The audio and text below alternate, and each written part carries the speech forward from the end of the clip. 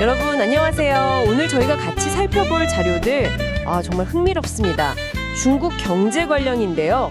공식 발표되는 그 견고한 성장률, 그 이면에 숨겨진 개인 차원의 어떤 고용 위기, 어려움들, 이걸 좀 깊이 파고 들어보려고 합니다. 네, 보내주신 자료들 보니까 뉴스 기사도 있고 또 개인들 사례 연구 같은 것도 있더라고요. 맞아요. 그래서 거시경제 지표랑 우리 평범한 사람들 실제 삶 사이에 어떤 간극이 있는지, 그리고 이게 뭘 의미하는 건지, 그걸 좀 함께 탐색해 보는 게 오늘 목표입니다.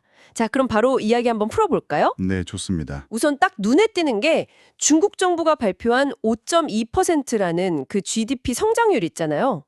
근데 실제 노동자들이 겪는 현실하고는 너무 차이가 큰 것 같아요. 그렇죠. 그 온도 차이가 상당하죠. 네, 자료 보면 청년 실업률은 뭐 24%까지 올랐다고 하고 일부 공장에서는 심지어 현금 대신에 라면 같은 걸로 식품으로 임금을 준다니 이게 좀 어떻게 된 일인가 싶어요. 바로 그 부분이 핵심입니다. 그러니까 표면적인 성장 지표 뒤에 가려진 현실인 거죠.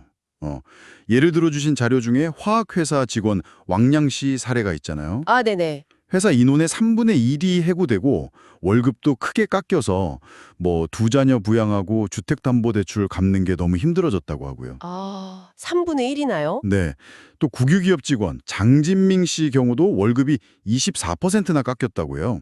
그래서 밤마다 음식 배달 부업을 한다고 하고요. 와, 24%요?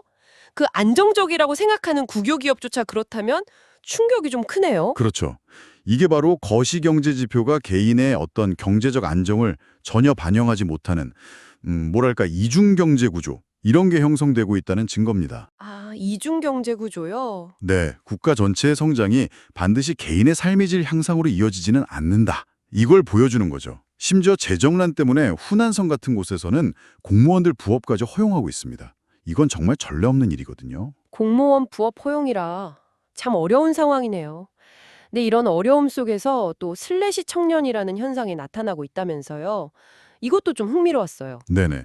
슬래시 청년, 그러니까 직업 하나만 갖는 게 아니라 여러 개를 동시에 갖는 청년들을 말하는 거죠. 네, 2019년 기준으로 벌써 8천만 명이 넘었다고 하니까 꽤 많네요.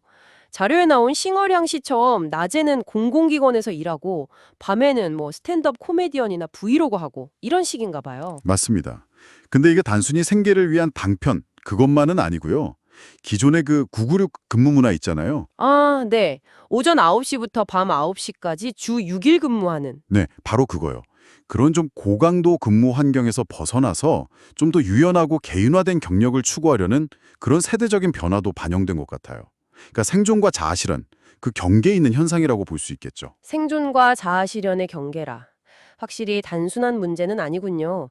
근데 이런 경제적 어려움이 교육적으로도 영향을 미치고 있다면서요? 석사학위가 거의 뭐 새로운 학사학위다. 이런 말이 나온다고요? 네, 맞아요. 좋은 일자리를 얻기가 점점 어려워지니까 명문대 졸업생들조차 대학원 진학을 거의 뭐 필수로 여기게 된 거죠. 자료 보면 칭화대가 80.8%, 베이징대가 82.7%, 이 정도면 뭐 주요 대학들 대학원 진학률이 엄청나게 높은 겁니다. 실제로 통계를 봐도 석사학위 소지자의 평균 월급이나 직업 만족도가 학사보다는 높게 나오고요. 그럼 다 대학원 가려고 하겠네요. 근데 이게 또 꼭 긍정적인 것만은 아니라는 분석도 있던데요. 그렇습니다. 최근에는 오히려 대학원 입학 지원자 수가 좀 줄어드는 추세도 나타나고 있어요. 왜냐하면 석사 학위가 더 이상 예전처럼 더 나은 취업을 보장해주지 못한다는 인식이 퍼지고 있거든요. 그래요? 네. 교육 전문가 시용빙치 씨 같은 경우는 이걸 교육 군비 경쟁이라고 비판합니다. 실제 직무 능력 향상과는 좀 거리가 먼 그런 학력 인플레이션 문제라는 거죠.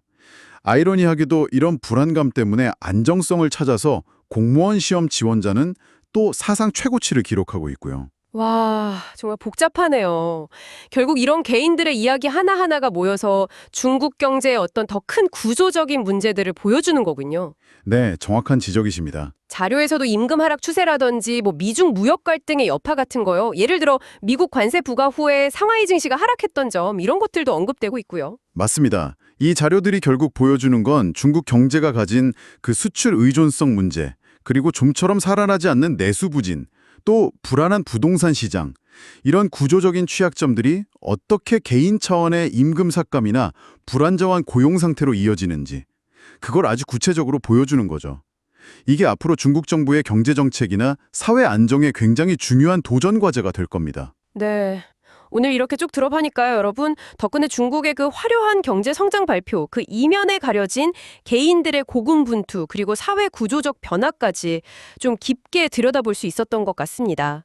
정말 숫자만으로는 알 수 없는 복잡한 현실이네요. 네, 이렇게 공식적인 발표와 개인이 체감하는 현실 사이의 격차, 이게 앞으로 중국 사회와 경제에 어떤 장기적인 영향을 미치게 될지 계속 좀 주시할 필요가 있겠습니다. 여러분은 이 이야기들 속에서 어떤 점이 가장 중요하다고 생각하시나요? 다음에 또 흥미로운 자료 분석으로 찾아뵙겠습니다. 여러분, 안녕히 계세요.